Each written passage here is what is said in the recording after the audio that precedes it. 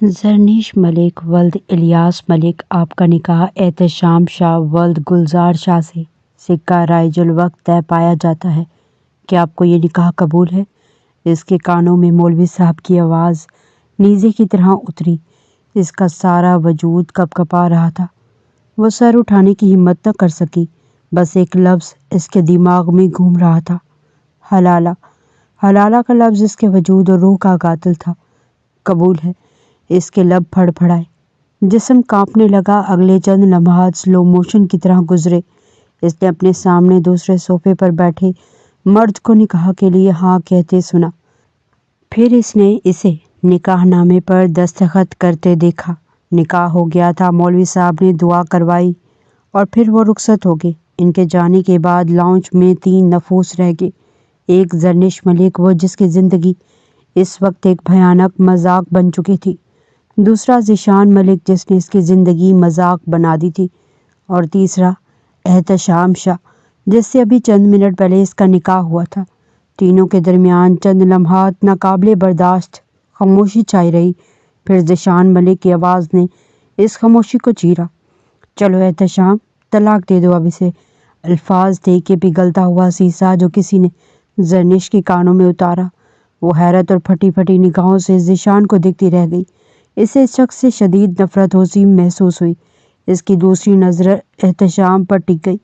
وہ اسے ہی دیکھ رہا تھا۔ دونوں کی نگاہیں ٹکرائی۔ اس نے نکاح کے بعد اب جا کر احتشام کا چہرہ دیکھا تھا، اور اس لمحے زرنش پر یہ انکشاف ہوا کہ وہ تو اس شخص کو پہچانتی ہے۔ ہاں، وہ تو پہلے سے اسے جانتی تھی۔ یہ تو وہی تھا، ہاسپٹل والا۔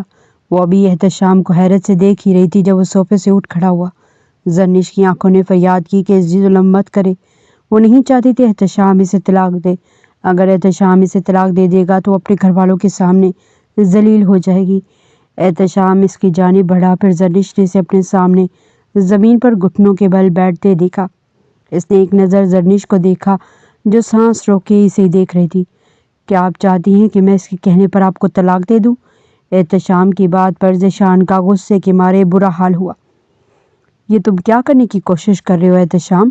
ہماری پہلے سے یہی بات طے ہوئی تھی کہ تم اس سے نکاح کرو گے اور فوراً اسے طلاق دے دو گے۔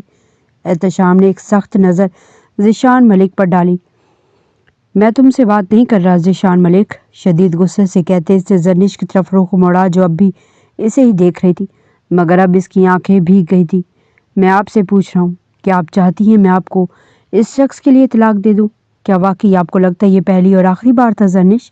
تو ایسا نہیں ہوگا، یہ بار بار ہوگا، مگر یاد رکھیے گا آپ کی ایک ہاں اس شخص کا حوصلہ بڑھا دے گی، پھر اسے شہ مل جائے گی اور یہ آپ کے ساتھ ہر بار یہی کرے گا۔ اس کے الفاظ زرنش کے سینے میں جلتے ہوئے انگاروں کی طرح اترے۔ وہ سچ ہی تو کہہ رہا تھا۔ ذیشان ملک کا غصہ سوئے نیزے پر پہنچ گیا۔ شاہ، بہتر ہوگا کہ جس کام کے لیے تجھے کہا تھا وہ کر، اور اس کا برین واش کرنے کی کوئی ضرورت نہیں۔ وہ زرنش کے قریب آتا اسے بازو سے دبو چکا تھا۔ زرنش نے کانپتے ہوئے احتشام کی طرف دیکھا جو اسے ہی دیکھ رہا تھا۔ اس نے غصے سے ایک مکہ ذیشان ملک کے چہرے پر دے مارا۔ میں اپنی بیوی سے بات کر رہا ہوں نا، تو تمہاری ہمت کیسے ہوئی ہمارے درمیان ٹانگ اڑانے کی، اور اس کے اس قدر استحقاق سے؟ میری بیوی کہنے پر ذیشان ملک کا خون کھول اٹھا۔ یہ تمہاری نہیں، میری بیوی۔ الفاظ ایک بار پھر لبوں میں دم توڑ گئے۔ احتشام نے ایک بار پھر زوردار مکہ اس کے چہرے پر دے مارا کہ ذیشان کے لبوں سے خون فوارے کی طرح باہر نکلا تھا۔ اگر اب میری بیوی کا نام اپنی اس گندی زبان سے لیا تو زبان گدی سے کھینچ لوں گا۔ زرنش، اب تمہاری کچھ نہیں رہی۔ اس وقت تمہارا اس سے کوئی رشتہ نہیں ہے، اس وقت میری بیوی ہے۔ احتشام نے ایک زوردار دھکا اسے دیا کہ ذیشان ٹیبل سے ٹکراتے ہوئے زمین پر جا گرا۔ احتشام دوبارہ سے زرنش کے سامنے گھٹنوں کے بل بیٹھا۔ کیا آپ چاہتی ہیں کہ میں اس انسان کے لیے آپ کو طلاق دے دوں؟ بولے زرنش، جواب دیں۔ زرنش جو تب سے حیرت اور پھٹی پھٹی نگاہوں سے احتشام اور ذیشان کی بحث دیکھ رہی تھی، اس نے اسی حیرت سے احتشام کو دوبارہ دیکھا۔ اب اس کی آنکھوں سے بہنے والے آنسو تھم گئے تھے۔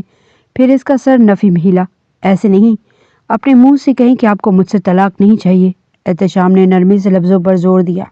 بہت مشکل سے زرنش کے لب پھڑپڑائے۔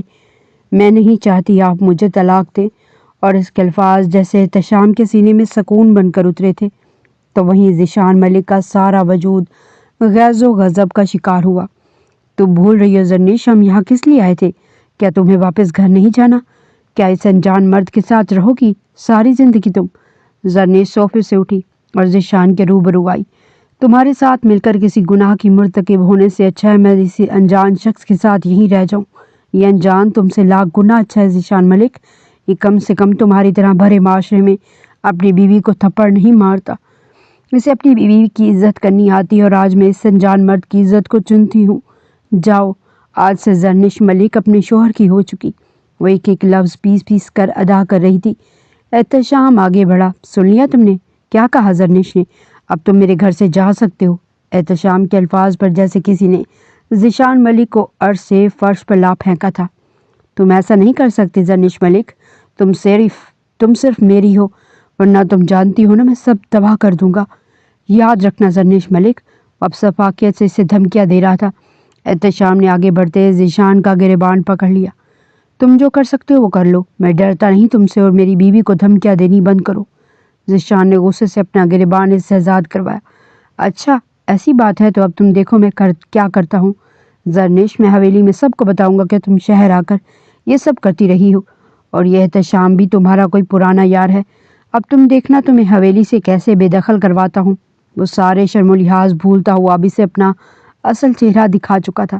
زرنش کے سارے وجود میں خوف نے گہرے سائے پھیلائے۔ وہ لرز اٹھی تھی۔ احتشام نے آگے بڑھتے اس کے چہرے پر ایک بار پھر مکہ دے مارا۔ اپنی بکواس بند کرو، نکل میرے گھر سے۔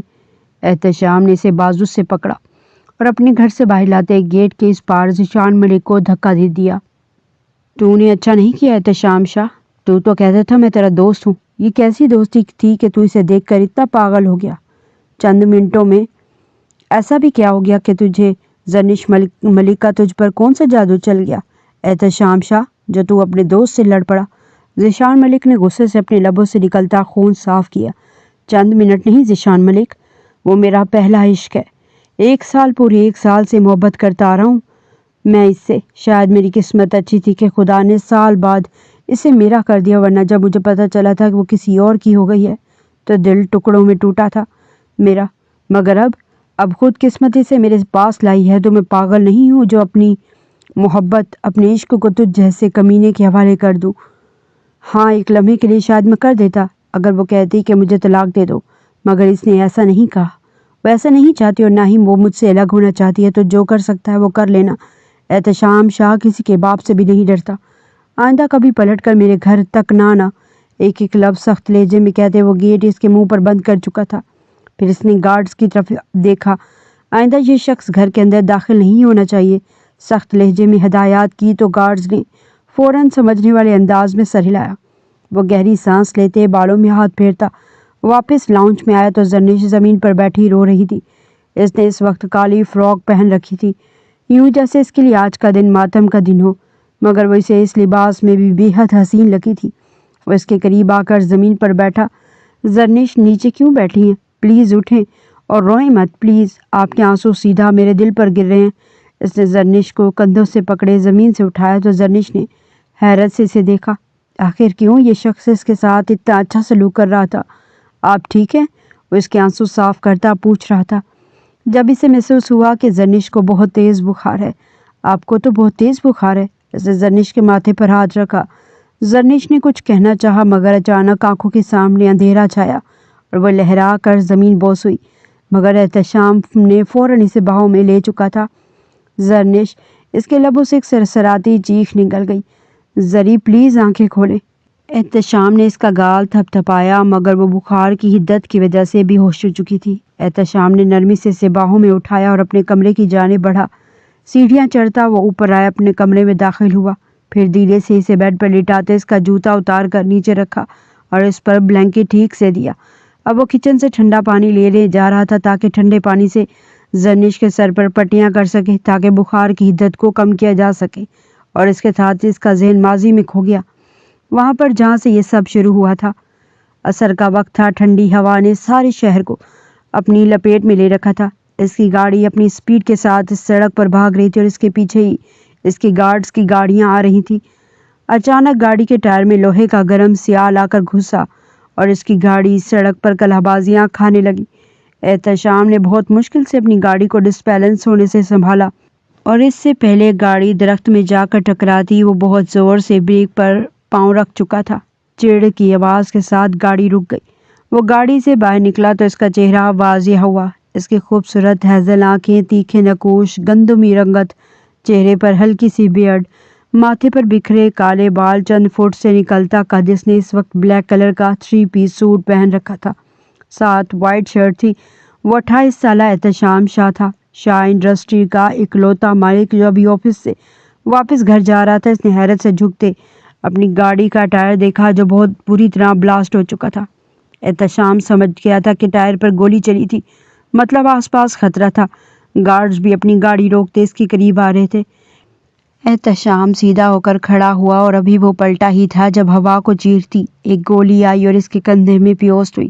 احتشام کے جسم کو ایک جھٹکا لگا۔ اسے خود کو سہارا دینے کے لیے گاڑی پر ہاتھ رکھا۔ گارڈ جلدی سے اسے گھیر چکے تھے۔ سر آپ ٹھیک ہیں؟ ایک گارڈ نے احتشام کے بازو پر ہاتھ رکھتے پوچھا۔ احتشام نے درد سے آنکھیں میچی اور پھر اس بات میں سر ہلایا۔ گارڈز فوراً اسے لے کر ہاسپٹل کی جانب روانہ ہوئے۔ ہاسپٹل میں معمول کی چہل پہل تھی، سب اپنے اپنے کاموں میں مصروف تھے۔ ہیڈ گارڈ احتشام کو لیتا جلدی سے اندر آیا۔ ڈاکٹر ڈاکٹر، وہ چلا رہا تھا۔ کیا بات ہے، آپ ایسے کیوں شور کر رہے ہیں؟ اچانک اس کے کانوں میں خوبصورت سی آواز پڑی۔ احتشام نے نیم بند ہوتی آنکھوں سے اس آواز کی سمت دیکھا تو کوئی لیڈی ڈاکٹر تھی۔ وہ گھوم کر اس کی طرف آئیں تو اس کا چہرہ واضح ہوا۔ لمبے بھورے بال جو کسی آبشار کی مانند اس کی کمر پر بکھرے ہوئے تھے۔ اس نے وائٹ اپرل پہن رکھا تھا جو اس کا بات کا ثبوت تھا کہ وہ ڈاکٹر تھی۔ اس کے سینے کے مقام پر اس کے نام کا بیج لگا ہوا تھا، ڈاکٹر زرنش ملک۔ احتشام کی نیم بند آنکھیں اسی چہرے پر ٹک گئی تھی۔ وہ اس کے گارڈ سے کوئی بات کر رہی تھی مگر وہ مبہوت زدہ اسے دیکھتا رہ گیا۔ سفید دودھ جیسی رنگت، ہیرے جیسی سرمئی آنکھیں، اس کے خوبصورت نقوش اور حسین چہرہ، وہ بہت خوبصورت تھی۔ احتشام شاہ نے زندگی میں بہت ساری لڑکیاں دیکھی تھی مگر کوئی بھی پہلی نظر میں اس کے دل کو ایسا نہ بھائی جیسی یہ لڑکی۔ لمحوں میں اس کے دل کی مسند پر براجمان ہو چکی تھی۔ وہ اتنی خوبصورت اور سلیم تھی کہ کم و بیش 20 سال کی لگ رہی تھی، مگر احتشام شاہ یہ بھی جانتا تھا کہ 20 سال کی لڑکی ڈاکٹر تو ہو نہیں سکتی۔ وہ اپنی عمر سے چھوٹی نظر آتی تھی۔ اس کا دماغ غنودگی میں جا رہا تھا مگر وہ پھر بھی زرنش ملک کو دیکھتا رہنا چاہتا تھا، احتشام سے بے خبر۔ اب وہ اس کے گارڈ سے بات کر رہی تھی۔ ہمارے باس کو گولی لگی ہے، آپ پلیز جلدی سے ٹریٹمنٹ شروع کریں۔ گارڈ کی بات پر زرنش نے حیران نظروں سے احتشام کی طرف دیکھا۔ گولی لگی ہے تو مطلب پولیس کیس ہوگا، پولیس کو انفارم کرنا ہوگا، ان کے آنے تک ہم کوئی ایکشن نہیں لے سکتے۔ زرنش کی بات پر گارڈ کا دماغ گھوما۔ آپ ہوش میں تو ہیں ڈاکٹر؟ یہاں پیشنٹ کو گولی لگی ہے، وہ مر رہا ہے، اس کی جان بچانے کی بجائے آپ یہ کہہ رہی ہیں کہ پولیس آئے گی تو آپ پیشنٹ کا علاج کریں گے؟ 2 منٹ کے اندر اندر سر کا ٹریٹمنٹ شروع کریں ورنہ اس کے بعد اس ہاسپٹل کا کیا حال ہوگا آپ کی سوچ بھی نہیں ہوگی۔ گارڈ نے ایسے سخت لہجے میں دھمکی دی کہ 2 پلوں کے لیے زرنش گھبرا گئی۔ اس کی ایک نظر ٹیچر پر نیم بے ہوش پڑے اس شخص تک گئی۔ اوکے، انہیں کمرے میں لے کر چلیں، میں ان کی ڈریسنگ کرتی ہوں۔ گارڈ نے سر ہلاتے ٹیچر اس خالی پرائیویٹ کمرے کی طرف موڑا۔ اس کے بعد کیا ہوا احتشام کو کوئی ہوش نہ رہی۔ اس کی آنکھیں مکمل بند ہو گئی تھی۔ دوبارہ جب آنکھیں کھلی تو وہ پرائیویٹ کمرے میں تھا اور اس کے بازو اور کندھے کے مقام پر وہ شرٹ کاٹ کر اب اس کی گولی نکال رہی تھی۔ اس کے پیچھے اس کے سارے گارڈز کھڑے تھے۔ گارڈ کو ایسے سر پر کھڑا دیکھ کر زرنش گھبرا رہی تھی، جیسے گولی ہلی نہ چاہتے ہوئے بھی ایک چیخ احتشام کے لبوں سے نکلی۔ زرنش نے چونک کر اسے دیکھا جو اب دوبارہ ہوش میں آ چکا تھا۔ زرنش اس کا زخم صاف کرتی یا پٹی کر رہی تھی اور یہ کرتی ہوئے احتشام شاہ کے بہت قریب آ گئی تھی کہ وہ دم سادھے اس خوبصورت حسینہ کو اپنے اتنے قریب دیکھتا رہ گیا۔ گارڈ تو ایسے سادلہ ہے جیسے ہاسپٹل نہ ہوا کوئی جنگ کا میدان ہو گیا۔ اتنے ہی گارڈز ہیں تو پاس تو حفاظت تو پھر نہ کر سکے۔ اگر اتنی حفاظت کرنی آتی اس کے گارڈز کو تو گولی نہ لگواتا۔ زخم صاف کرتے زرنش غصے سے دھیمے لہجے میں بڑبڑا رہی تھی، اس بات سے بے خبر کہ احتشام اس کی ساری باتیں سن رہا ہے۔ شاید غصے میں موڈ خراب ہونے کی وجہ سے زرنش کے ذہن میں نہیں رہا، دیکھو کیسے یہ سب گارڈز مجھے گھور رہے ہیں جیسے میں ان کے باس کا علاج نہیں کر جان لے رہی ہوں۔ میرا بس نہیں چل رہا ان سب کو اٹھا کر باہر پھینک دوں۔ اس کی مسلسل یہ بڑبڑاہٹ سنتے احتشام کے لبوں کو ایک گہری مسکراہٹ نے چھوا۔ پھر اس نے پیچھے کھڑے اپنے گارڈز کی جانب دیکھا۔ تم سب یہاں کیوں کھڑے ہو؟ باہر جاؤ، ڈاکٹر کو اپنا کام کرنے دو۔ اس نے اپنے گارڈز کو حکم دیا۔ وہ سب سر جھکا کر باہر نکل گئے۔ زرنش نے حیرت سے ایک نظر احتشام کو دیکھا اور دوسری نظر کمرے کے بند دروازے تک گئی، پھر وہ سر جھٹک کر احتشام کے ہاتھ پر ڈرپ لگانے لگی۔ میں گھر کب تک جا سکتا ہوں ڈاکٹر؟ احتشام کو اس کی خاموشی ہضم نہ ہوئی تو اس نے بات کا آغاز کیا۔ تھوڑی دیر تک یہ ڈرپ ختم ہو جائے گی، پھر آپ جا سکتے ہیں اور 2 دن بعد پٹی چینج کروانے آ جائیے گا۔ 2 دن بعد آنے والی بات سنتے احتشام کے لب مسکراہٹ میں ڈھلے۔ آپ چینج کریں گی میری پٹی؟ اس نے اچانک پوچھا تو زرنش نے تیکھی نظروں سے گھورا۔ میں کیوں کرنے لگی چینج؟ میں نرس نہیں ہوں۔ اس کے ایسے گھورنے پر احتشام گڑبڑا گیا۔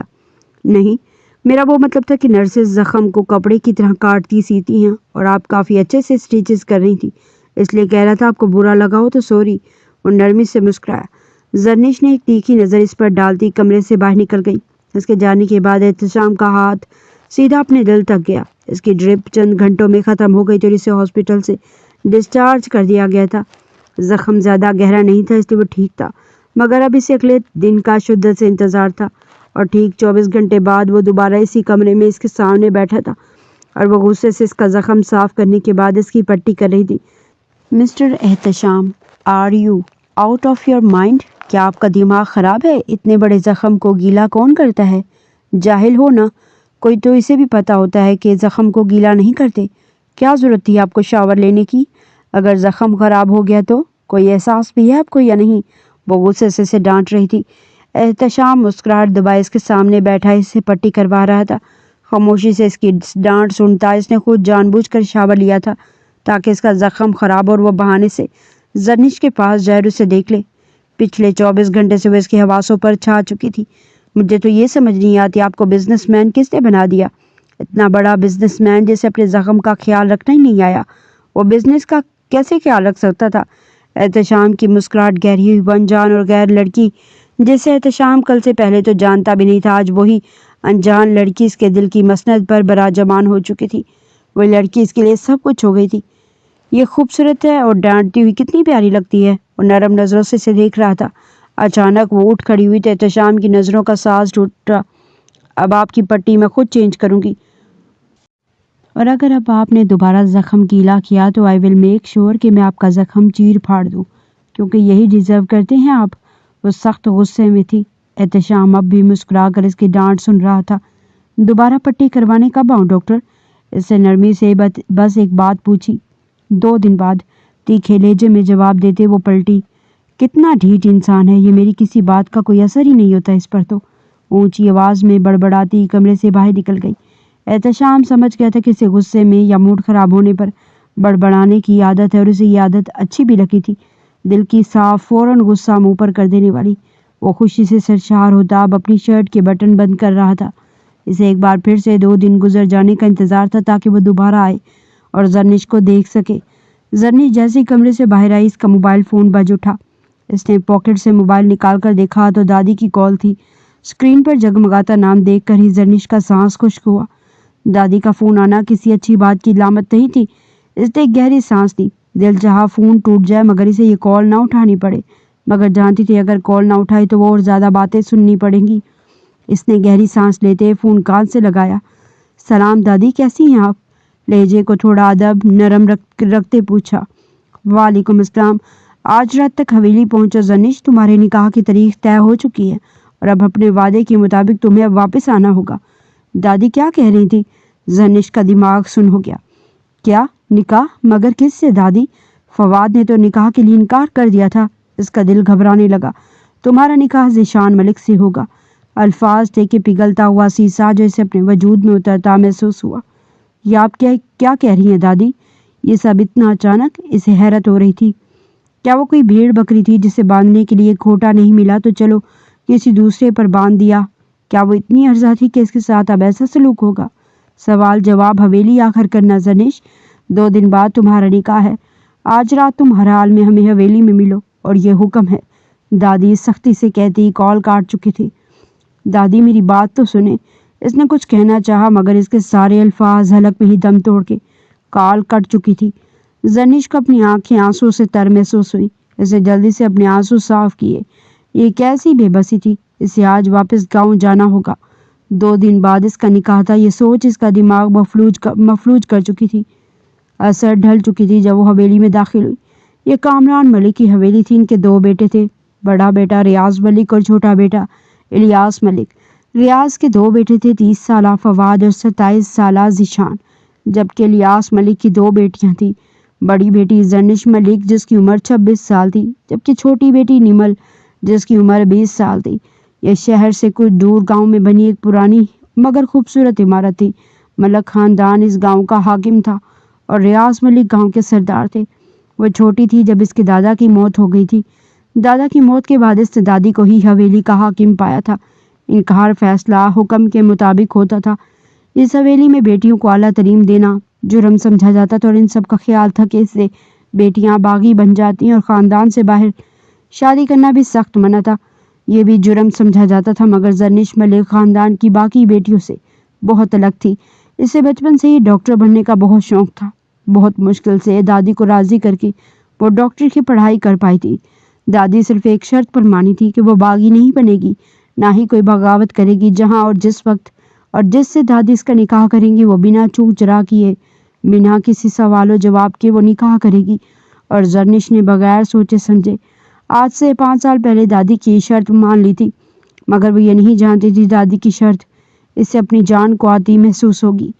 دادی نے چند ماہ پہلے اس کا رشتہ تایا کے بڑے بیٹے فواد ملک سے کیا تھا، مگر فواد نے زرنش سے نکاح پر نہ صرف انکار کیا بلکہ یہ بھی کہا کہ وہ ایسی لڑکی سے کبھی نکاح نہیں کرے گا جو اپنے خاندان کی روایات کو قدموں تلے روند کر شہر جا کر وہاں رہتے اتنے سارے غیر مردوں کے بیچ نوکری کرتی ہے تو وہ کتنی بدلحاظ ہو چکی ہوگی۔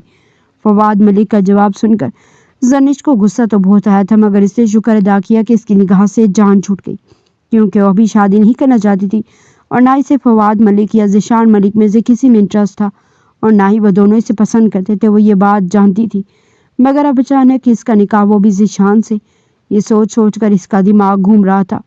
وہ اپنا بیگ پکڑتی گاڑی سے باہر نکلی۔ حویلی کے لاؤنج میں داخل ہوئی تو سب خواتین یہیں بیٹھی باتوں میں مصروف تھی۔ وہ آگے بڑھی اور سب کو مشترکہ سلام کیا، پھر بیگ ٹیبل پر رکھتی صوفے پر بیٹھ گئی۔ نمل اس کے پاس آئی اور اس کے ساتھ لگ گئی۔ آپ کتنے ہفتوں بعد آئی ہیں نا، اور ان گزرے دنوں میں نے آپ کو بہت یاد کیا ذریعہ پی۔ نمل کی بات پر زرنش مسکرا دی تھی۔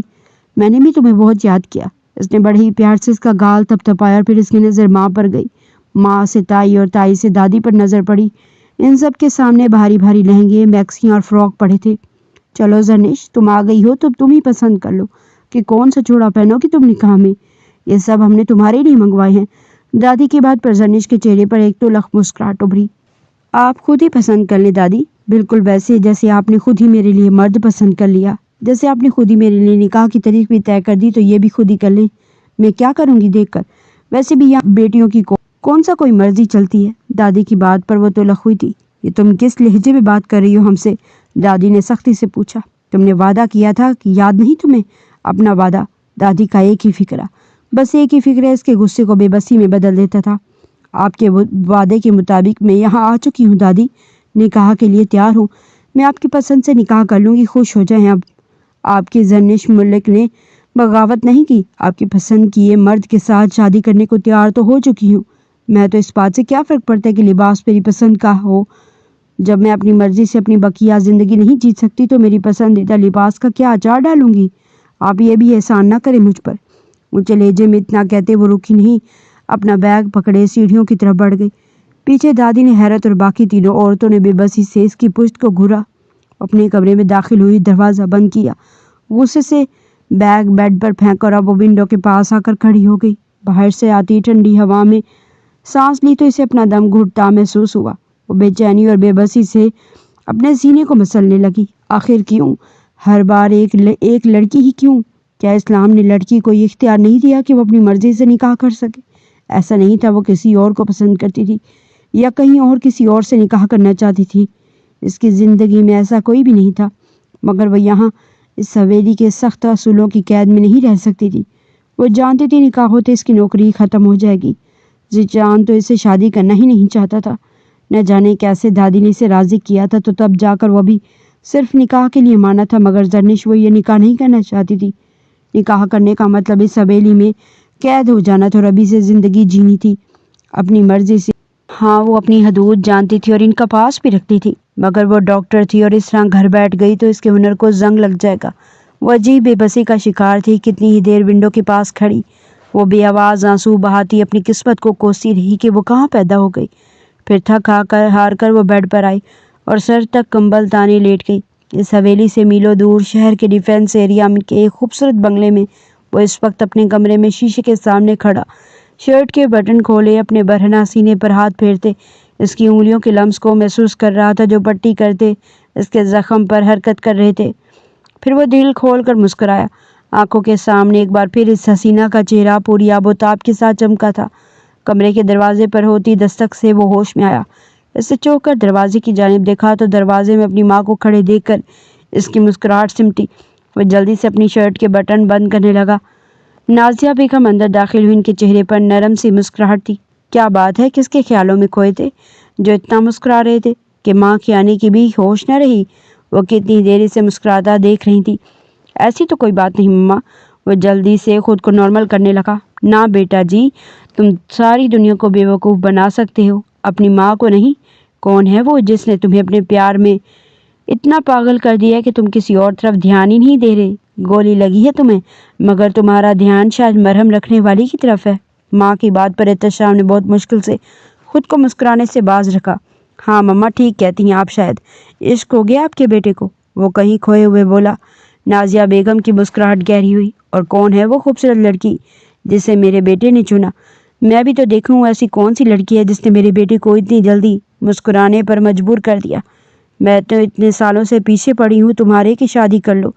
چلو اچھا، اب تم شادی کر ہی لو۔ اس نے حیرت سے اپنی ماں کو دیکھا جو اتنی لمبی پلاننگ کر چکی تھی۔ آپ میری پسند دیکھے بنا ہی میری شادی کروا دیں گی؟ وہ واقعی حیران ہوا تھا۔ ہاں، کیونکہ میں جانتی ہوں میرے بیٹے کی پسند نہایت بہترین ہوگی، ایسی لڑکی جس کا کوئی ثانی نہیں ہوگا۔ ماں کی بات پر وہ کھل کر مسکرایا۔ مجھ پر اتنا ٹرسٹ کرنے کے لیے شکریہ مما۔ اس نے اپنی ماں کے دونوں ہاتھ لبوں سے لگائے۔ لیکن وہ نہیں جانتی اس بارے میں کچھ بھی، وہ تو شاید مجھے بھی نہیں جانتی ہو۔ نازیہ بیگم حیران ہوئی۔ ہیں، ایسی کون سی لڑکی ہے جسے تمہارا علم بھی نہیں اور تم اس کے عشق میں گرفتار بھی ہو گئے ہو؟ احتشام نے بے بسی سے کندھے اچکائے۔ ڈاکٹر ہے، ہاسپٹل میں دیکھا تھا اسے، اس نے علاج کیا تھا میرا، ڈاکٹر زرنش ملک۔ نازیہ بیگم ہنس پڑی تھی۔ چلو کوئی نہیں، جان پہچان بھی ہو جائے گی۔ جب اللہ نے محبت دلوں میں ڈال دی ہے تو پھر وہ ایک کرنے میں بھی قادر ہوگا۔ اپنی ماں کی بات پر احتشام کا دل جیسے سکون میں آ گیا۔ ڈیڈ مان جائیں گے نا؟ نازیہ بیگم نے اس بات پہ سر ہلایا۔ نہ مانے تو میں ہوں نا، منا لیں گے، بس تم شادی کا سوچو۔ احتشام کھل کر مسکرایا۔ تھینک یو سو مچ ماما، آپ بہت اچھی ہیں۔ وہ خوشی سے آگے ہوتے ماں کو سینے سے لگا چکا تھا۔ 2 دن ایسے گزرے جیسے 2 لمحے۔ اسے آج کے دن کا بہت بے صبری سے انتظار تھا۔ آج وہ زرنش سے اپنی محبت کا اظہار کر دے گا۔ وہ اب ہاسپٹل جا رہا تھا کیونکہ زرنش نے کہا تھا وہ 2 دن بعد پٹی چینج کروانے آئے۔ دوسری طرف حویلی میں نکاح کی ساری تیاریاں ہو چکی تھی۔ وہ اس وقت کسی دلہن سے کم نہیں لگ رہی تھی۔ اس کے چہرے پر بہت مہارت سے میک اپ کیا گیا تھا، جولی بھی پہنا دی گئی تھی، مگر وہ کسی بے جان گڑیا کی مانند کرسی پر بیٹھی بس چھت کو گھور رہی تھی۔ کچھ دیر بعد اس کا نکاح ہونا تھا۔ چند منٹ گزرے جب کمرے کے دروازے کھلے اور اس کی ماں تائی کے ساتھ اندر داخل ہوئی۔ انہیں دیکھ کر وہ خاموشی سے اٹھ کھڑی ہوئی۔ ان کے ساتھ ہی سیڑھیاں اترتی نیچے جا رہی تھی۔ ایک طرف احتشام کی گاڑی تیزی سے ہاسپٹل کی عمارت میں داخل ہوئی۔ وہ بڑی عجلت میں ریسیپشن تک چلتا جا رہا تھا جبکہ دوسری طرف زرنش ذیشان سے کچھ فاصلے پر صوفے پر بیٹھ گئی۔ اس کے بیٹھتے ہی مولوی صاحب نے نکاح شروع کروا دیا تھا۔ مجھے ڈاکٹر زرنش ملک سے ملنا ہے، آپ ان کا کیبن بتا سکتی ہیں؟ کہاں ہے؟ اس نے ریسیپشنسٹ سے پوچھا۔ ڈاکٹر زرنش ملک تو چھٹیوں پر ہیں۔ احتشام حیران ہوا۔ چھٹیوں پر؟ مگر خیریت؟ وہ پریشان ہوا تھا۔ ان کی آج شادی تھی، اس لیے وہ کچھ عرصہ ہاسپٹل نہیں آئیں گی۔ الفاظ تھے کہ پگھلتا ہوا سیسہ جو کسی نے احتشام کے کانوں میں اتارا تو وہ حیرت اور پھٹی پھٹی نگاہوں سے ریسیپشنسٹ کو دیکھتا رہ گیا۔ کہ آپ کو یہ نکاح قبول ہے؟ مولوی صاحب نے دوسری بار پوچھا تو زرنش چونک کر ہوش میں آئی، پھر اس کے لب پھڑ پھڑائے۔ قبول ہے۔ وہ نفی میں سر ہلاتا قدم پیچھے لیتا گیا۔ یہ کیا ہو گیا؟ وہ جس سے عشق کر بیٹھا تھا اس کی شادی کسی اور سے ہو گئی؟ احتشام کو لگا جیسے کوئی اس کی سانسیں چھین رہا ہے۔ وہ واپس پلٹا اور اب ہاسپٹل سے باہر نکل گیا، مگر اس کی آنکھیں حد سے زیادہ سرخ ہو چکی تھی۔ دونوں طرف سے جابو قبول ہو گیا تھا، نکاح ہو چکا تھا اور اس کے ساتھ کسی نے زرنش کے وجود سے جان کھینچ کر نکال دی۔ وہ ایک انچاہے مرد کی بیوی بن چکی تھی۔ وہ اپنا لباس سنبھالے بہت مشکل سے صوفے سے اٹھی اور اپنے کمرے کی طرف بڑھ گئی۔ وہ گھر آیا تو خود کو کمرے میں بند کر لیا۔ اب وہ غصے سے ہر چیز تہس نہس کر رہا تھا۔ کیوں اللہ کیوں؟ میرے ساتھ ہی ایسا کیوں ہوا؟ وہ اذیت کی آخری حد پر تھا۔ نازیہ بیگم شور سنتی کمرے میں آئی تو کمرے کی ایسی حالت دیکھ کر وہ پریشان ہوئی۔ احتشام، یہ کیا حال بنا رکھا ہے؟ وہ گھبرا کر اس کے قریب آئیں۔ وہ جو زمین پر بیٹھا بیڈ کی پائنتی سے سر ٹکا رکھا تھا، ماں کے پاس آ کر بیٹھنے پر اس نے اپنا سر ماں کے کندھے پر رکھا۔ سب ختم ہو گیا مما، سب ختم۔ آج جس کی شادی تھی وہ کسی اور کی ہو گئی اور میں اس سے اظہار تک نہ کر سکا۔ نازیہ بیگم کا کلیجہ منہ کو آیا۔ بیٹا کیا کر سکتے ہیں؟ جو اللہ کی رضا وہ تمہاری قسمت میں نہیں تھی، ورنہ ایسا نہ ہوتا۔ مگر وہ روتے ہوئے نفی میں سر ہلا رہا تھا۔ نہیں مما، یا تو وہ میری ہوتی یا پھر کسی کی نہیں، وہ وہی تھی، اس کے بعد اب کوئی نہیں۔ نازیہ بیگم خاموشی سے اس کے بالوں میں ہاتھ پھیرنے لگی، مگر وہ یہ بھی جانتی تھی ان کا بیٹا اس غم سے کبھی باہر نہیں نکل سکے گا۔ وہ ان کی اکلوتی اولاد تھا۔ نکاح کے بعد وہی ہوا جس کا زرنش کو ڈر تھا۔ اس کا ہاسپٹل جانا بند کر دیا گیا۔ اس نے کافی کوشش کی مگر ذیشان اس کے خلاف تھا کہ وہ ہاسپٹل نہ جائے۔ ان دونوں کا بہت کم آمنا سامنا ہوتا تھا۔ وقت گزرنے لگا، وہ بہت زیادہ خاموش ہو گئی تھی اور بس اپنے کمرے میں بند رہتی۔ دن ہفتوں میں اور ہفتے مہینوں میں گزر گئے۔ ان کے نکاح کو 1 سال ہونے والا تھا۔ وہ بہت مشکل سے دادی سے اجازت لے کر آج ہاسپٹل آئی تھی، بس کچھ دیر کے لیے اپنے دوستوں سے ملنے، مگر وہ یہ نہیں جانتی تھی کہ آج اس پر بہت بڑا راز افشا ہونے والا ہے۔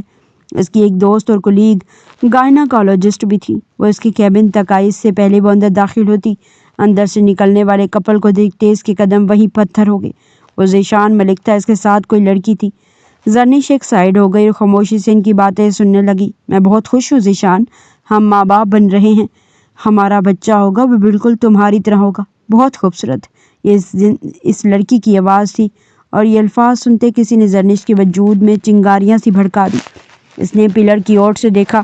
ذیشان اس لڑکی کے ماتھے پر لب رکھ رہا تھا۔ تم میری زندگی ہو، میری انمول محبت۔ اور زرنش جہاں تھی وہیں پتھر ہو گئی۔ اسے اس بات سے کوئی فرق نہیں پڑا کہ اس کا شوہر دوسری شادی کر چکا ہے۔ اسے فرق تو اس بات سے پڑا کہ ذیشان حویلی والوں کو دھوکہ دے رہا ہے۔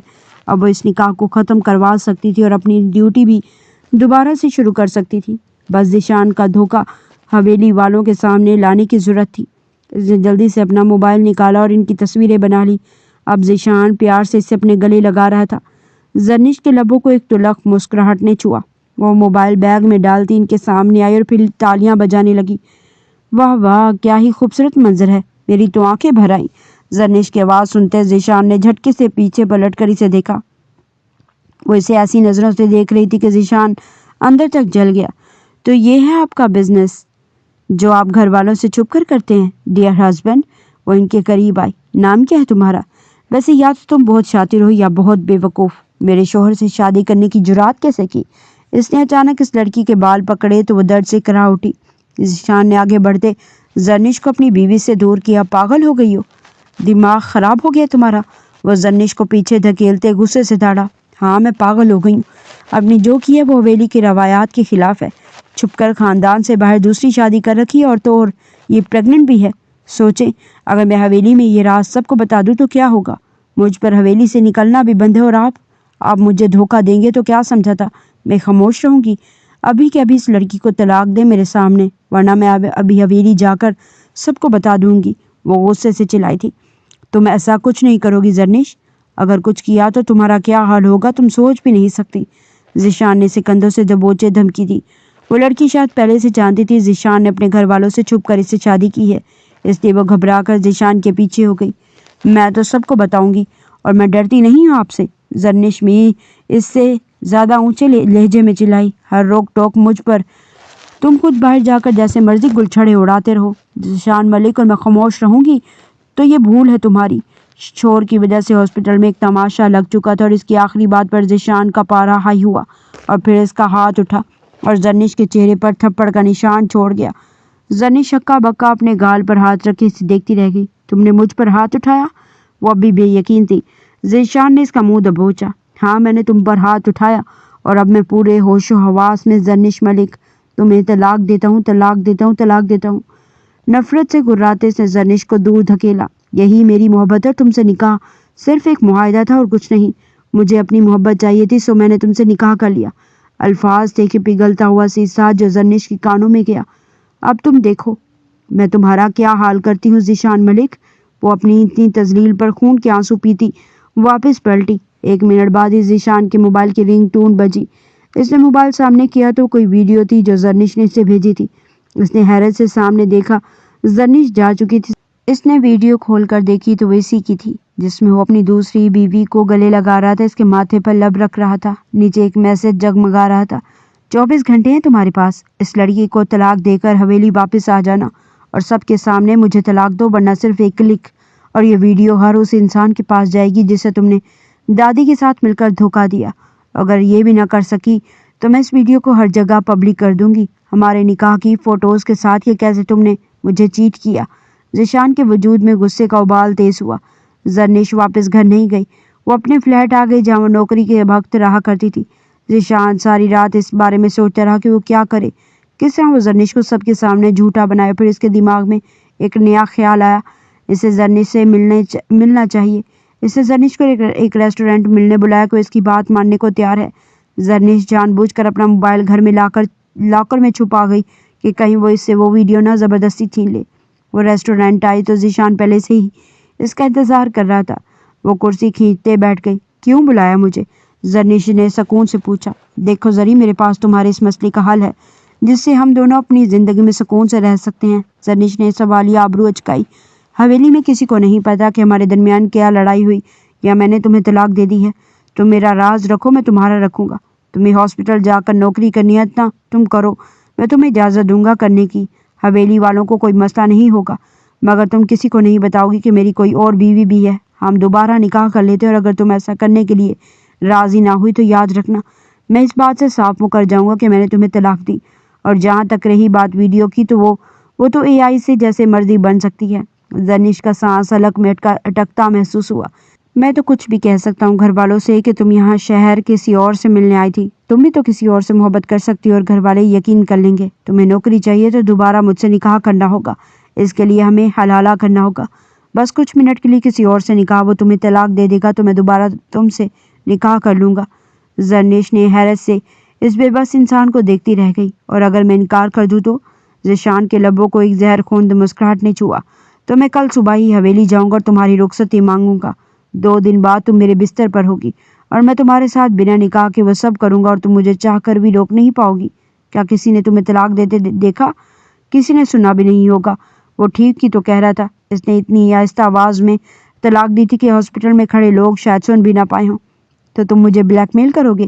زرنش نے ضبط کرتے پوچھا۔ نہیں، بس دونوں کے مسئلے کا حل بتا رہا ہوں۔ تم میری ویڈیو ڈیلیٹ کرنا، میں تمہارا نوکری کرنا بحال کر دوں گا۔ وہ پرسکون تھا اور میں اس شخص سے نکاح کیوں کروں جو پہلے سے کسی اور سے نکاح کر چکا ہے اور اب اس کے بچے کا باپ بھی بننے والا ہے۔ ذیشان سکون سے کرسی سے اٹھ کھڑا ہوا۔ کمپرومائز کرنا ہوگا تمہیں ڈاکٹر زرنش ملک، یا نوکری کے ساتھ یہ بٹا ہوا مرد، یا پھر صرف نوکری کے بنا طلاق دے چکا مرد۔ وہ واپس پلٹا جب زرنش اس کے پیچھے ہی باہر آئی۔ اور حلالہ ہوگا کیسے؟ ایسے ذیشان کے پاس آتے پوچھا۔ میرا ایک دوست ہے، میں نے اس سے بات کی ہے، غلطی سے میں نے اپنی بیوی کو مس انڈرسٹینڈنگ کی وجہ سے طلاق دے دی، اور یہ کہ میں اپنی بیوی سے بہت محبت کرتا ہوں۔ اب گھر والوں کے پتہ لگنے سے پہلے ہم دونوں دوبارہ نکاح کرنا چاہتے ہیں۔ بس تم کچھ منٹ کے لیے اسے نکاح کر لو، پھر طلاق دے دینا تو ہم دوبارہ نکاح کر لیں گے۔ زرنش کا دل چاہا وہ ذیشان ملک کی جان لے لے۔ وہ صرف اپنا امیج ٹھیک کرنے کے لیے حویلی والوں کے سامنے سچ نہ آئے اور زرنش سے بدلہ لینے کے لیے سب کچھ کر رہا تھا۔ یہ سب گناہ ہے، تم جانتے ہو نا؟ ذیشان اس کے قریب آیا۔ جو بعد میں ہوگا وہ اس سے بڑا گناہ ہوگا زرنش ملک۔ کل صبح 10 بجے تیار رہنا، ہم اس کے گھر جائیں گے۔ وہ خاموشی سے واپس پلٹ گئی۔ ساری رات سوچتی رہی کہ کیا کرے۔ فی الحال اس کے پاس یہی حل تھا، وہ ذیشان کا ساتھ دے۔ بعد میں ذیشان کو کیسے ایکسپوز کرنا ہے وہ بعد میں دیکھے گی۔ احتشام اور ذیشان یونیورسٹی میں ایک ساتھ پڑھتے تھے اور جب ذیشان نے پریشان ہوتے اپنا مسئلہ اسے بتایا تو نہ جانے کیوں احتشام مان گیا، یہ سوچ کر کہ شاید وہ 2 محبت کرنے والوں کو ملانے کا ذریعہ بن گیا تو اللہ اسے اس کی محبت دے دے گا، جبکہ وہ جانتا تھا اس کی محبت اب کسی اور کی تھی۔ اس کے موم ڈیڈ ایک شادی کے سلسلے میں کچھ دنوں سے شہر سے باہر گئے ہوئے تھے تو اس نے ذیشان اور اس کی منکوہا کو اپنے گھر ہی بلا لیا۔ وہ لوگ ڈرائنگ روم میں بیٹھے ہوئے تھے جب احتشام وہاں آیا، مگر اس نے ایک بار بھی ذیشان کی منکوہا کا چہرہ نہیں دیکھنا چاہا۔ مگر جب مولوی صاحب نے نکاح کے وقت اس کا نام لیا تب جا کر احتشام کا دماغ گھما۔ زرنش ملک ولد الیاس ملک۔ وہ تبھی سمجھ گیا تھا کہ قسمت کا کوئی اشارہ ہے۔ وہی لڑکی جس سے وہ عشق کر بیٹھا تھا۔ نکاح کے بعد جب اس نے چہرہ اٹھائے، پہلی بار زرنش کا چہرہ دیکھا تو اسے یقین ہو گیا، ہاں وہ وہی تھی جسے اس نے آج بھی عشق تھا۔ مگر وہ ذیشان کے ساتھ کیسے؟ تو کیا وہ پہلے ذیشان کے نکاح میں تھی؟ قسمت اسے موقع دے رہی تھی، اس لیے اس نے زرنش سے پوچھا کیا وہ یہ طلاق چاہتی ہے، کیونکہ وہ زرنش کی مرضی جاننا چاہتا تھا۔ زرنش نے بھی احتشام کو دیکھ کر طلاق سے انکار کر دیا۔ اسے ذیشان سے بچنے کا ایک حل نظر آیا تھا۔ اس کی آنکھیں کھلی تو وہ کسی کمرے میں تھی، مگر وہ اس کمرے سے انجان تھی۔ باہر آسمان پر رات کا اندھیرا اتر چکا تھا۔ وہ حیرت سے آس پاس دیکھ رہی تھی جب واش روم کے دروازے کھلے اور احتشام باہر آیا۔ اسے دیکھ کر زرنش حیران ہوئی اور پھر سے یاد آیا وہ احتشام کی گھر میں تھی۔ ہاں، اب اس کا نکاح احتشام سے ہو گیا تو وہ اس کے پاس بیڈ پر آ کر بیٹھا۔ ہوش آ گیا آپ کو؟ اب کیسی طبیعت ہے آپ کی؟ اس نے زرنش کے ماتھے پر ہاتھ رکھا۔ اب اس کا بخار کافی حد تک کم ہو گیا تھا۔ ٹھیک ہوں، مگر مجھے ہوا کیا تھا؟ اسے سمجھ نہ آئی۔ آپ کو تیز بخار تھا جس وجہ سے آپ بے ہوش ہو گئی تھی۔ میں نے چیک اپ کے لیے کسی ڈاکٹر کو بلایا تھا، انہوں نے آپ کو انجیکشن لگایا تھا اور یہ کہا کہ آپ کچھ گھنٹوں تک ہوش میں آ جائیں گی، مگر میں پریشان ہو گیا تھا۔ اس نے نرمی سے کہتے زرنش کے بال کانوں کے پیچھے کیے۔ آپ کیوں پریشان ہوئے تھے؟ زرنش نے حیرت سے پوچھا۔ آپ کے لیے فکر مند تھا۔ ویسے ایک بات کی مجھے سمجھ نہیں آئی، آپ نے مجھ سے طلاق کیوں نہیں لی؟ اس نے اپنی بے چینی کم کرنی چاہی تو زرنش نے اسے سب کچھ بتا دیا، اپنے نکاح سے لے کر طلاق ہونے اور پھر یہاں آنے تک۔ میں جانتی تھی یہ گناہ، میں گناہ نہیں کرنا چاہتی تھی۔ آپ نے کیوں مجھے طلاق نہیں دی؟ آپ تو ذیشان کے دوست ہیں نا؟ اب کے بار زرنش نے بھی حیرانگی سے پوچھا۔ اگر آپ کی جگہ کوئی اور لڑکی ہوتی تو شاید میں طلاق دینے سے پہلے سوچتا بھی نہ، مگر میرے سامنے آپ تھی، اور چاہے پھر وہ میرا دوست ذیشان ہو یا کوئی بھی ہوتا، میں آپ کی مرضی کے بنا آپ کو کبھی نہ چھوڑتا۔ خدا نے اتنی ریاضتوں اور دعاؤں کے بعد تو آپ کو عطا کیا ہے، میں آپ کو کھونے کا سوچ بھی نہیں سکتا زرنش۔ اس کی باتوں پر زرنش حیران ہو رہی تھی۔ کیا مطلب؟ میں کچھ سمجھی نہیں۔ وہ صاف احتشام کی آنکھوں میں خود کے لیے عشق کے دیپ دیکھ سکتی تھی۔ مطلب یہ کہ جب پہلی بار گولی لگنے پر میں ہاسپٹل آیا تھا تو آپ نے جب میرا علاج کیا، اس دن مجھے پہلی نظر میں ہی آپ سے عشق ہو گیا تھا۔ اگلے دن میں جان بوجھ کر اپنا زخم خراب کیا آپ کے سامنے آیا، بس آپ کی ایک جھلک دیکھنے کے لیے، مگر جب تیسری بار آیا تو پتہ چلا اس روز آپ کی شادی تھی۔ میں بہت بری طرح ٹوٹ گیا تھا زرنش، میں نے کبھی کسی سے ایسے ٹوٹ کر محبت نہیں کی، مگر آپ سے خود بخود عشق ہو گیا۔ گھر آ کر میں بہت رویا، اتنا کہ حد نہیں۔ میں نے بہت دعائیں مانگی کہ اللہ اسے میری کر دے۔ بے شک وہ اب کسی اور کی ہو گئی ہے، لیکن پھر بھی میں اسے اپنا بنا لوں گا۔ شاید میری دعاؤں میں اثر تھا جو آج آپ میرے سامنے میری محرم کی حیثیت سے بیٹھی ہیں۔ اس نے بہت نرمی سے زرنش کے چہرے پر ہاتھ پھیرا اور زرنش تو حیرانگی سے اسے دیکھتی رہ گئی۔ کہ آپ میرے ساتھ اپنی ساری زندگی گزارنا چاہیں گی؟ میں آپ سے وعدہ کرتا ہوں کہ آپ کو کبھی کوئی دکھ نہیں دوں گا، ہمیشہ آپ کو خوش رکھوں گا اور آپ کا وفادار رہوں گا۔ وہ بہت امید سے پوچھ رہی تھی۔ میں اپنی جاب کنٹینیو کرنا چاہتی ہوں۔ احتشام مسکرا دیا تھا۔ بالکل، آپ کو کرنی بھی چاہیے۔ آپ کے یہ خوبصورت ہاتھ لوگوں کی جان بچانے کے لیے بنے ہیں۔ اس نے نرمی سے زرنش کے دونوں ہاتھوں پر لب رکھے تو زرنش کی آنکھوں سے آنسو روانی سے بہنے لگے۔ اتنی محبت کرتے ہو مجھ سے کہ میری ہر خواہش پوری کر سکتے ہو؟ اس نے بے حد حیرانگی سے پوچھا۔ احتشام اس کے قریب ہوا۔ آپ میرے ساتھ کی اجازت دیں، پھر میں آپ کو بتاؤں گا کہ میں آپ سے کس حد تک محبت کرتا ہوں۔ دونوں کی سانسیں ایک دوسرے کے چہرے کو جھلسا رہی تھیں۔ میری فیملی کو سب سچ بتانے میں میرا ساتھ دیں گے؟ احتشام نے اس بات میں سر ہلایا۔ اور آپ مجھے ہر قدم پر اپنے ساتھ پائیں گی؟ اور اس بات پر وہ نم آنکھوں سے مسکرا دی تھی۔ اس سے سوچا بھی نہیں تھا کہ کوئی اسے اس حد تک بھی چاہ سکتا ہے کہ اس کی خاطر ساری دنیا سے ٹکر لے لے۔ آج اسے ذیشان ملک سے بچانے والا صرف احتشام شاہ تھا۔ آپ کے گھر والے مجھے قبول کر لیں گے؟ اب اس نے اگلی پریشانی کا حل چاہا۔ بالکل، میری پسند ان کی پسند ہوگی اور زندگی مجھے آپ کے ساتھ گزارنی ہے تو کسی اور کو کوئی اعتراض نہیں ہونا چاہیے۔ زرنش حیران تھی۔ اس نے ایسا مرد پہلی بار دیکھا تھا جو ڈنکے کی چوٹ پر اپنی محبت کو اپنانے کی ہمت رکھتا تھا۔ ذیشان کی طرح چھپ کر تو نہیں۔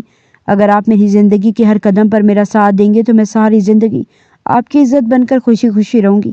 اس کے ایسے جواب پر احتشام کی مسکراہٹ گہری ہوئی۔ اس نے زرنش کا چہرہ دونوں ہاتھوں کے پیالوں میں لیا۔ میں آپ کو بتا نہیں سکتا زری کہ آپ میرے لیے کتنی خاص ہیں۔ I love you Zarnish Ehtisham Shah, and I really do.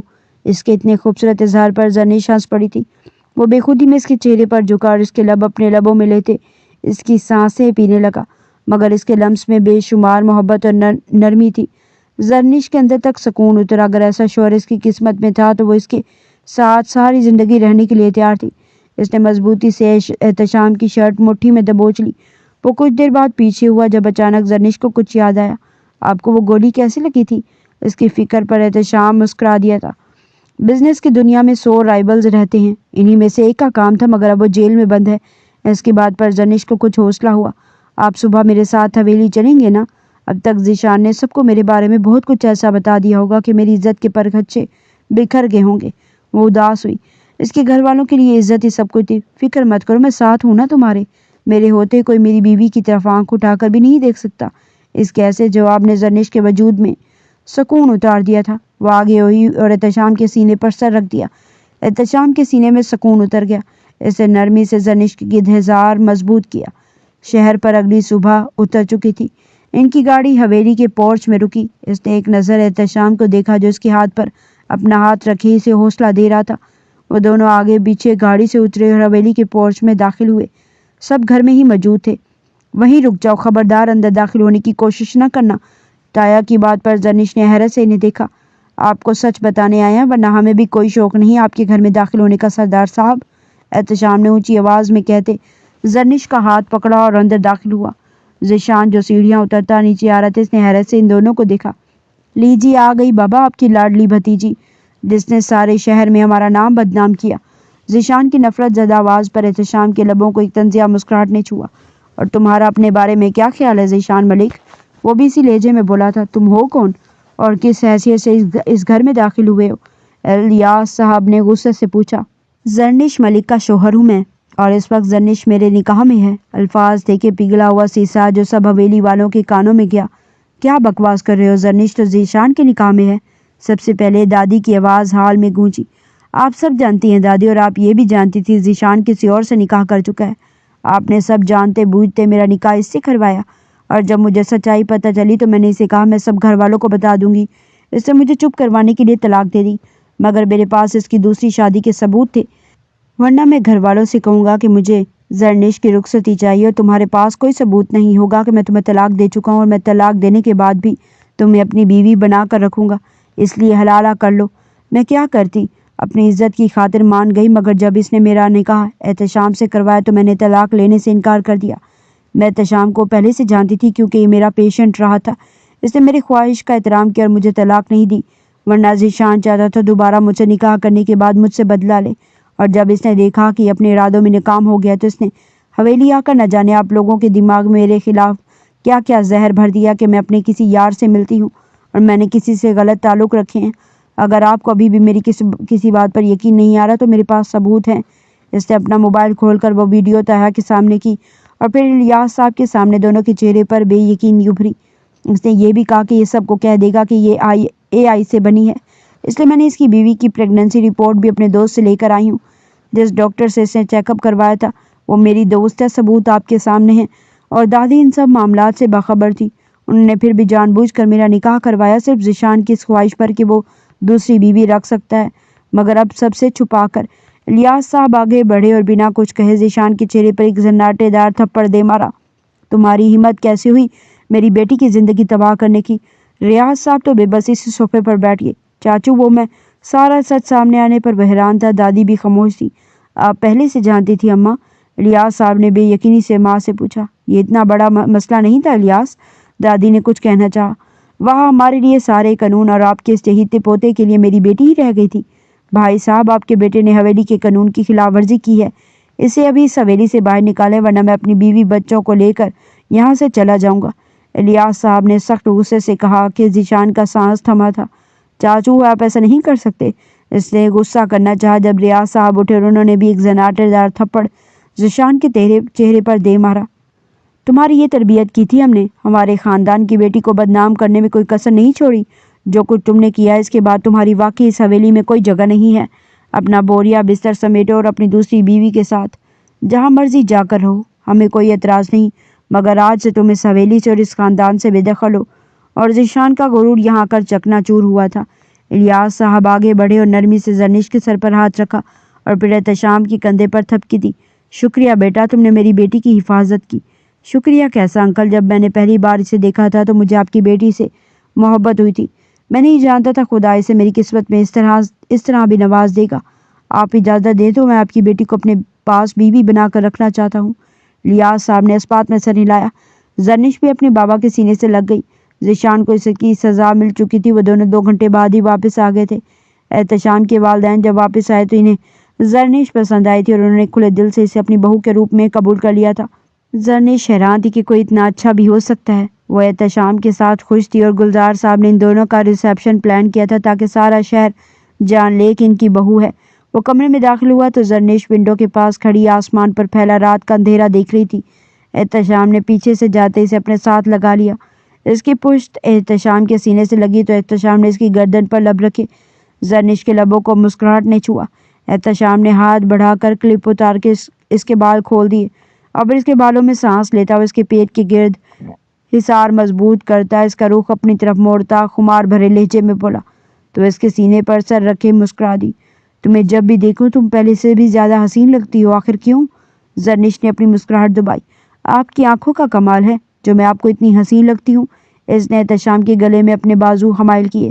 آج میں عشق کی ہر حد پار کر دینا چاہتا ہوں زری۔ اس نے زرنش کی ناک کی ٹپ پر لب رکھے۔ تو کر دیں، وہ شرارت سے گویا ہوئی۔ آپ کی اجازت درکار ہے، وہ بھی اسی لہجے میں کہتا ہے۔ اس کی گردن پر لب رکھ چکا تھا۔ اس کی بیئرڈ کی چبھن سے زرنش کسمسائی، مگر احتشام کے دانتوں کی چبھن پر اس کی گرفت احتشام کے بازو پر سخت ہوئی۔ وہ چند منٹ بعد پیچھے ہوا اور اسے باہوں میں اٹھائے بیڈ کی طرف بڑھا۔ زرنش کو اچانک ہی شرم آنے لگی۔ آنے والے لمحات کا سوچتے وہ لال ہوئی۔ احتشام نے دھیرے سے اسے بیڈ پر لٹایا۔ پتہ ہے، کبھی کبھی میں سوچتی ہوں اللہ کتنا پیار کرتا ہے مجھ سے۔ اس نے اس لیے ذیشان کی سچائی میرے سامنے لا دی کیونکہ وہ چاہتا تھا میں آپ کے نصیب کا حصہ بنوں۔ احتشام کی شرٹ کے بٹن کھولتے اس کے ہاتھ 2 لمحے کے لیے لرزے۔ ہاں، اور میں سوچتا ہوں کہ اللہ نے اس لیے آپ کو ذیشان کا نہیں کیا کیونکہ آپ صرف میری تھی۔ وہ اپنی شرٹ کے بٹن کھول کر شرٹ اتار چکا تھا۔ پھر وہ زرنش پر جھکا۔ زرنش نے خود کو اس کے حوالے کیا۔ وہ اس کے دونوں ہاتھ تکیے سے پن کیے، اس پر اپنی محبت نچھاور کرتا کسی اور ہی جہاں میں پہنچ گیا جہاں بس وہ دونوں تھے، اور گہری ہوتی رات ان دونوں کو ہمیشہ کے لیے ایک کر چکی تھی۔ ہاسپٹل میں معمول کے مطابق رش تھا۔ اس کے کیبن کا دروازہ کھلا اور کوئی دبے پاؤں کیبن میں داخل ہوا، پھر دروازہ لاک کیا۔ اپنی کرسی پر بیٹھی کسی فائل کی اسٹڈی کر رہی تھی جب وہ دھیرے سے سامنے والی کرسی پر جا بیٹھا۔ کیا مسئلہ ہے آپ کے ساتھ؟ اس نے پیشہ ورانہ انداز میں پوچھا۔ دل کا مسئلہ ہے ڈاکٹر صاحبہ۔ ڈاکٹر زرنش ملک حیران ہوئی۔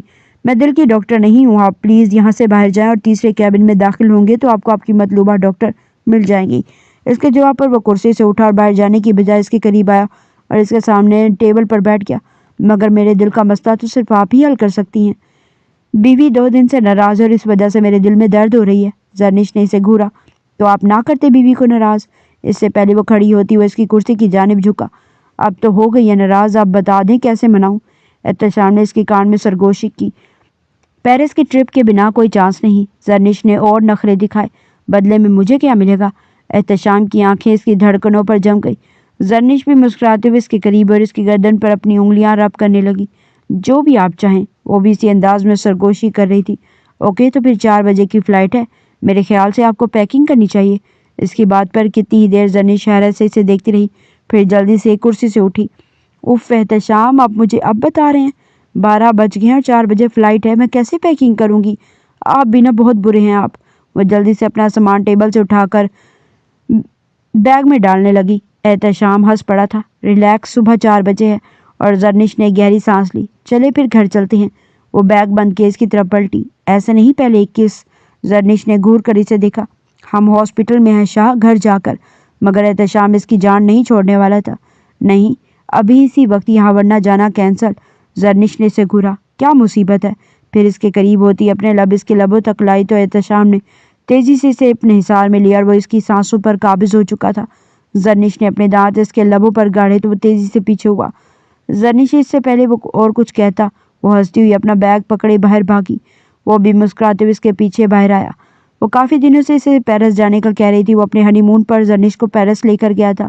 زرنش کو پیرس اتنا پسند آیا کہ وہ مسلسل ضد کر رہی تھی کہ اسے وہ پیرس دوبارہ لے کر جائے، مگر وہ اپنے کاموں میں اتنا بزی تھا کہ ٹائم نہیں نکال پا رہا تھا۔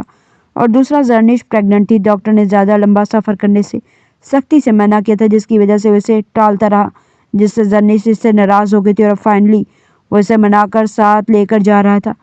اس کی زندگی کی خوشیاں بس اس ایک لڑکی کے ارد گرد گھومتی تھی جو اس کی زندگی تھی۔ بے شک خدا انسان کو وہاں سے نوازتا ہے جہاں سے اس نے سوچا بھی نہ ہو۔